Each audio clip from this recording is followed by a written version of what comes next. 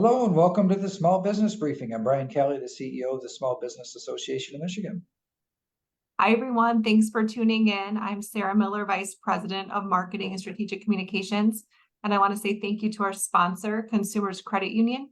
I'd love for you to learn more about them at consumerscu.org. So, Brian, on Thursday's show, you promised viewers that you'd come back today with a more in-depth analysis of the Supreme Court's hearing on Adopt and Amend, and you've actually invited a special guest to join us as well. Yeah, it's a really interesting topic. We've talked about it a bunch of times. So we've got this case at the Supreme Court, and SBAM and a couple dozen other business organizations teamed up to speak into that process with an amicus brief and our opinion on the subject. But aside from, and this is minimum wage and paid sick leave requirements, and we'll kind of get into that in a few minutes. But now the process, the final stages of the process have begun. So oral arguments at the Supreme Court. And so I wanted to invite in a longtime observer of all things politics in Michigan, Zach Gorchow, who's is it managing editor, director? He's like the boss at Gongwer. Yeah, executive editor. Executive editor. All right. So at Gongwer News Service, which is the it's a go-to source for news if anybody who wants to know what's happening in Michigan politics in particular. So Zach, thanks for joining us. And I thought maybe you could give us a little bit of an overview, if you would, on Adopt and Amend and like how we got to this point in the process. Yeah, thanks, Brian, and it's great to be with all of you today. It's some of these stories when it comes to Michigan government tend to have years-long story arcs, and that's the case with this one.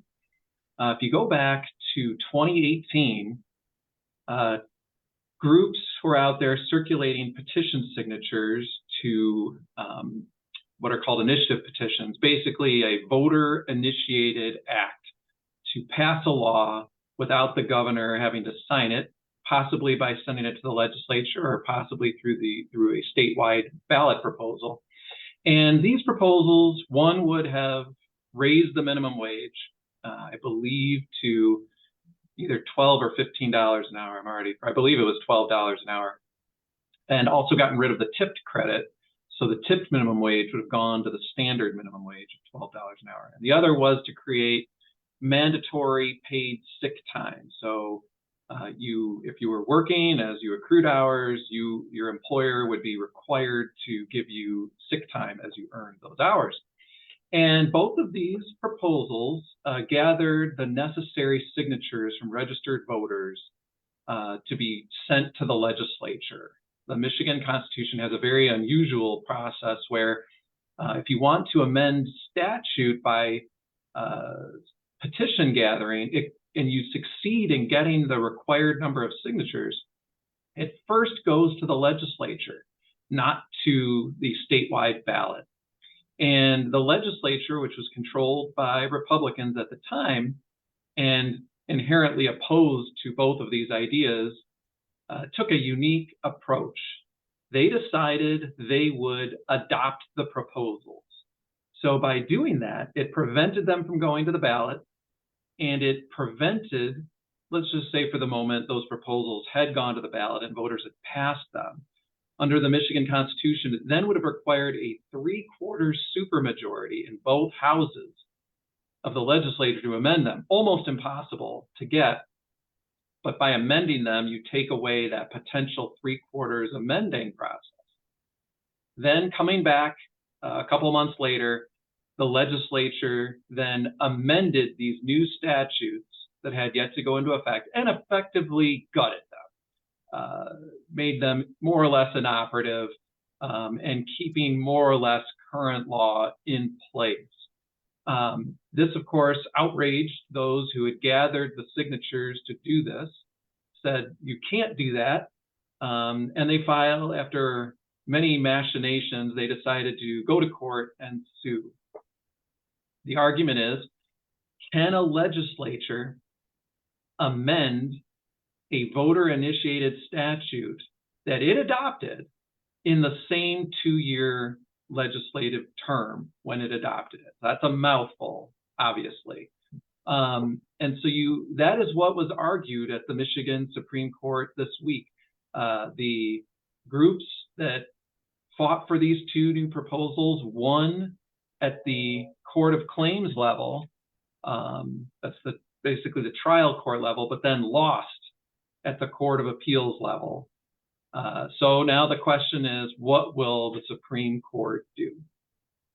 And as you had mentioned, it's the subject matter itself, which is interesting, is why so many people are interested in it. But the question before the Supreme Court is actually not whether or not the Supreme Court believes that minimum wage should be one level or another level. It's really a matter of whether the legislature had the authority to adopt the citizens initiative and then amend it in the same term that it was adopted.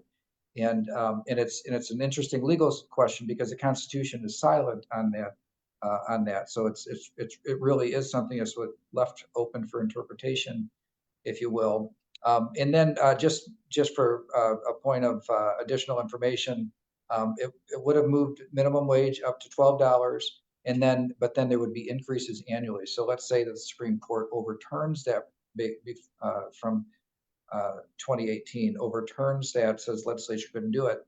Minimum wage would go to about $13 an hour, and then but that would also include in restaurants that would go to the same level, only would take 2 steps. So it would jump up like a lot. I don't know exactly how much, but the tipped wage would jump up a lot, and then a year later match the minimum. On the paid sick leave, it was anybody under 50 employees was exempt, and it would essentially erase that exemption. Say 1 to 9 employees, 40 hours a year, and then over 10 or more employees, 72 hours a year as a minimum for paid sick leave benefit. So Zach, what, if anything, could you tell from the line of questioning? 7 Supreme Court justices. We know these people for the most part. There's some newer people on the court, but for the most part, we know them and how they think about things, other decisions that they've made. What were your impressions about the opening arguments? Well, they were very active in asking questions. So if you've never seen a Supreme Court oral argument before, the attorneys for each side get, I believe, a half hour to make their case. And the attorneys have very well prepared, I guess you could call them speeches. But what happened in this case, and when the justices are really engaged, is they interrupt. They're not interested in the speech. They've read the briefs. They're familiar with it. They want to ask questions. They want to push the attorneys on the questions of law that they're interested in. And that was very much the case here. They were very active and asking questions. Now, you have to be careful in interpreting too much. You remember, these justices are all attorneys themselves. They've been trained to be able to argue both sides of a question. And I know I've covered cases before where I thought a judge or a justice, clearly based on this question, they're taking this point of view. And it turned out they ended up ruling the exact opposite way. And it was simply because they were, maybe looking for material to help bolster what they would end up writing by being able to push the other side to argue against the point of view they would ultimately take. That being said, if you look at the basics of the court, you have 4 justices that were nominated by the Democratic Party. You would think at a base level, they're going to be sympathetic to the argument that the legislature which was a Republican-controlled legislature, did not have the authority to effectively gut these statutes pursued by liberal activists. And then you have 3 justices nominated by the Republican Party, and you would think they would be more willing to defend not only what the legislature did, but the fact that the Constitution is silent on this. It doesn't say the legislature can amend a statute like this in the same session or that it can't. Just based on the general Republican judicial philosophy, they're going to be probably more inclined to say no harm, no foul, you can do this. But we know this court, it really doesn't always work out that way. It's a much less partisan court over the last several years than we had seen. Justice Clement, the Chief Justice, tends to rule in a lot of different ways. She will side with the courts for Democrats from time to time. Justice Bernstein on the Democratic side has been known to side with the Republican justices.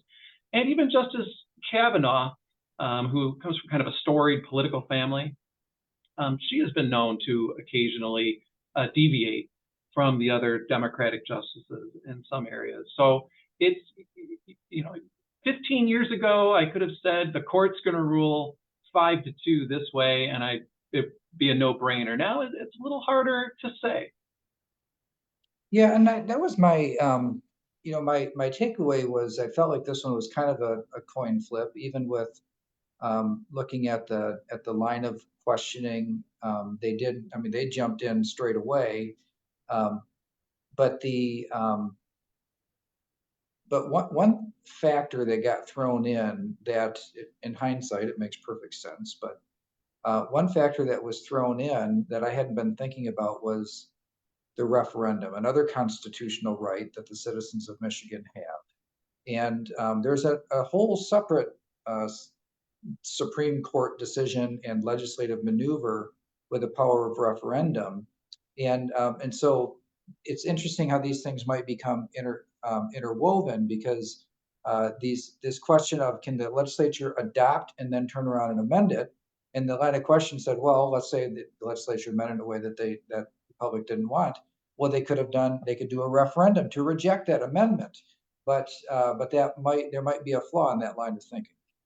Yeah, I was surprised at how much some of the justices were asking about the referendum as sort of the safety valve. So let's, say the public brings forward a voter-initiated act, and a future legislature adopts it, and then through a new statute effectively nullifies it. The argument would be that some of the justices were saying as well, couldn't voters then undertake a referendum, which is an up or down vote on something passed by the legislature? But in 2001, the Michigan Supreme Court issued a ruling on a law that changed the concealed pistol license process. A group of citizens had sought to put that bill, which then Governor Engler signed into law, up for referendum, an up or down vote on it in hopes of repealing it. But the legislature, through a pretty interesting maneuver, attached a small appropriation to it, about, I don't remember, we'll say $1 million. And the Michigan Constitution has language in it that says any bill roughly says the following: containing an appropriation shall not be subject to referendum. And that was put in there to prevent anti-government zealots from shutting down the government, basically by putting the main budget bills funding the state up for referendum. If you get the signatures for referendum, sufficient signatures, the law is immediately suspended. So you could see what could happen. Someone could put the budget for, let's say, K-12 education up for referendum, and immediately all funding to K-12 schools ceases. Well, obviously that wasn't acceptable. But the Supreme Court in 2001 interpreted that to mean any appropriation, no matter how small. It doesn't have to be a quote-unquote budget bill. So that has allowed the legislature in subsequent years to use that as a weapon to effectively render the referendum almost null and void. The legislature can decide when it wants a referendum to be possible. So it's certainly not a safety valve here to an initiative being blocked, because the same legislature, when gutting a statute voters have brought, could throw in $100,000, and then it's not subject to referendum. So that sort of points at the broader picture here, which is that these populist components that were put into, I think, the 1908 Constitution of referendum, initiative, and the ability to amend the Constitution. One of them, the referendum, is effectively dead because of the ability to attach an appropriation to a bill. And this could mean the end of the initiative as a real mechanism for voters. If the Supreme Court rules that the legislature can adopt an initiative and amend it in the same session, I don't know why anyone would ever try an initiative again, because the same thing could happen. Although you could imagine it being a tool if somebody just wanted around the governor and not around the legislature, like prevailing wage, for That's example, true. when that passed. You would need to have it could be a tool for a like-minded legislature and citizens group, with a governor taking the other view, like the prevailing wage measure that you mentioned. So just to get an idea of on that issue of the referendum, since it did come up you know, it was an interesting aspect of it. So Engler, Granholm, Snyder, Whitmer. So since that went into effect, since that maneuver was invented in the Engler administration, 4 governors. Have any of those governors not used it? I don't think to put you on the spot, but they all. No, I believe all of them have used it. You know, Governor Whitmer kind of famously, infamously vowed to veto any bill containing an appropriation as a candidate, and actually did veto a bill because it contained an appropriation, even though no one was talking about bringing it forward as a referendum. But when the right to work repeal was moved through by the legislature this year, an appropriation was added, and the governor still signed it. So she used it. It was used most heavily probably during the Snyder administration. I think there were a couple instances, I can't remember all of them, during the Granholm administration where it was used, but it definitely popped up quite a bit from 2011 to 2018 for sure. Yeah, in particular, the first 2011 to 2012, actually, I think. Yeah. Yeah, that is it's just an interesting aspect of it. So maybe we'll finish up with a little bit about procedure here. And I happen to know that the way that they'll hear oral arguments, and immediately, a lot of people will be surprised about this, but immediately after oral arguments, they take a vote.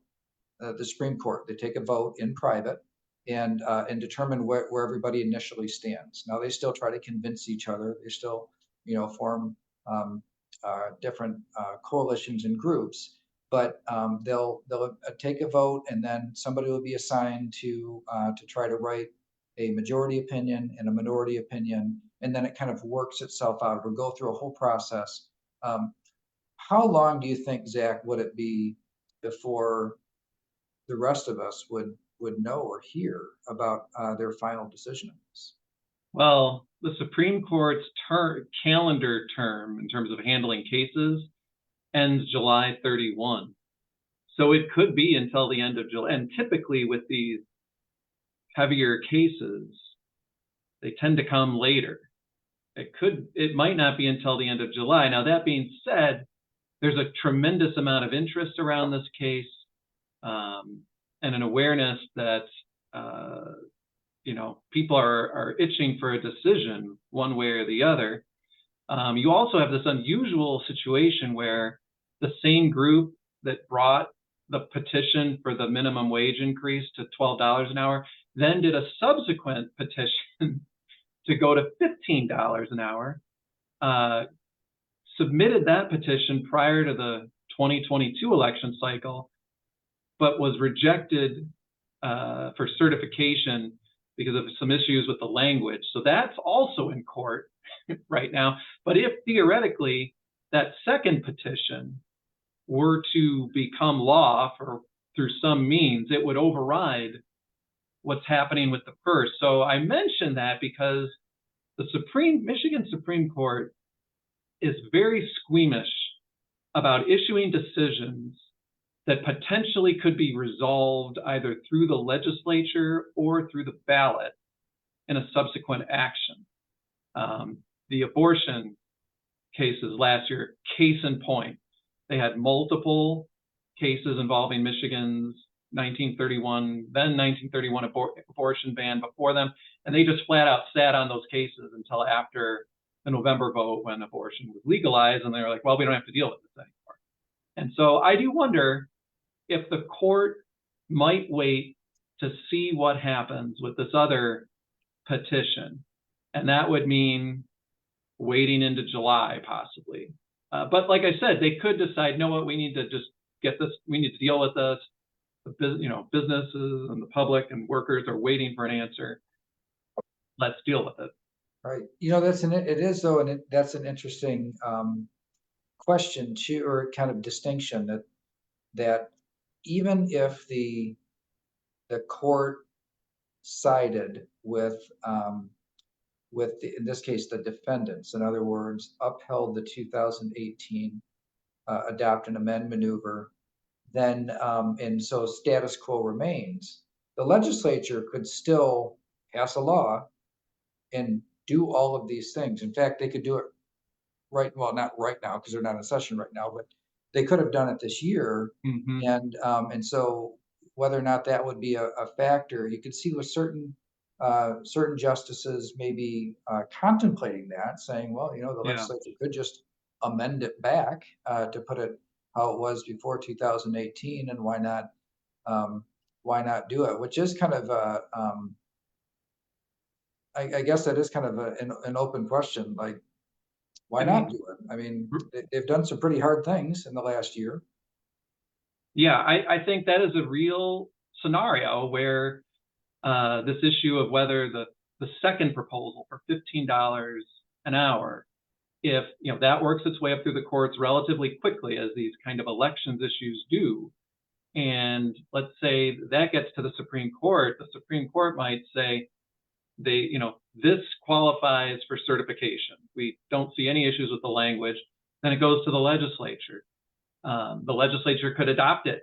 Then this whole business of the first petition and the $12 an hour becomes moot. And the court would rule exactly that, probably say we're dismissing this case as moot. Or the legislature does nothing, it goes to the ballot, then they might sit on it and wait for voters to render their say. And then, and only then, if voters were to reject it, might the court then say, okay, we have to make a decision here. But we've seen the court do this before, where it would prefer the legislature and the public, if it has an opportunity to resolve a question, to do so. Well, Zach, as always, appreciate your insight and your expertise on all of this. Thanks for joining us today. Hey, great to be with you. I hope everyone has a good day. All right. Yes. Thanks, Zach and Brian, for that in-depth discussion. We do have a couple other topics to cover yet today. The first up is a new poll, or results from a new poll released from the Detroit Regional Chamber of Commerce. So, Brian, do you have a few highlights there? Yeah, I wanted to cover a couple of things here. So Detroit Regional Chamber, they do regular polls, and Glenn Gariff Group is who does the polling for them. Kind of famously, Glenn Gariff in this last election looked like an outlier poll for the top of the ticket for the gubernatorial election. Everybody else showed it really close. They showed it about 10-point win for Whitmer coming down the stretch, and Glenn Gariff was right, and everybody else, most of the others were wrong. So I do actually look closely at findings from this particular pollster. So a few kind of overarching things. First is they have been asking about the prospects of this UAW strike, and definitely not viewed as favorably as it was in the previous poll. Only 1 in 5 Michigan voters think the state is economically competitive. That was another finding that was kind of interesting. And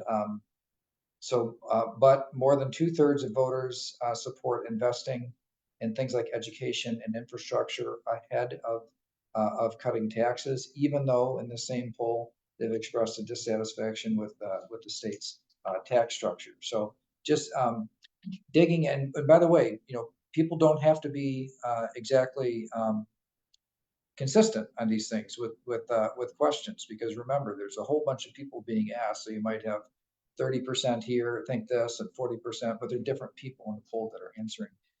So a few things, getting into the strike question. Long term, would the strike be good, bad, or have no impact on Michigan's economy? Almost 42% said bad. 34% said good. The rest said would have no impact, but naturally thought it would be good for workers. Another question that was asked. In terms of Michigan being competitive compared to other states,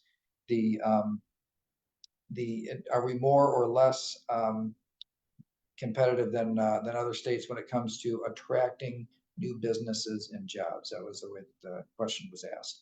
And basically, the very few said that we're more competitive. A little less than 20% believe we're more competitive in attracting jobs, and then 34% and 27% said about the same or less competitive, and some offered no opinion. It is, when you look at the party affiliation, you'll see that there is somewhat of a disconnect. So Democrats think that we're more competitive at a higher rate than independents and Republicans, and but really, even among Democrats, don't really think that we're particularly competitive for jobs anyway. But asking what are the things that make us most competitive, and the Michigan Natural Resources was the top thing, you know, like what's going for us. So there's kind of a long list that they asked about. In terms of an advantage, natural resources, our businesses, Michigan businesses, was the #2 thing that makes us attractive. So in other words, the businesses that we have make it more attractive for others to locate by us. Kind of makes sense. Big companies with their supply chains. And so when you have that, then you have a whole ecosystem business kind of follow that around. Then public universities and a skilled workforce. Those were all the ones that over 50% said, yeah, those are assets.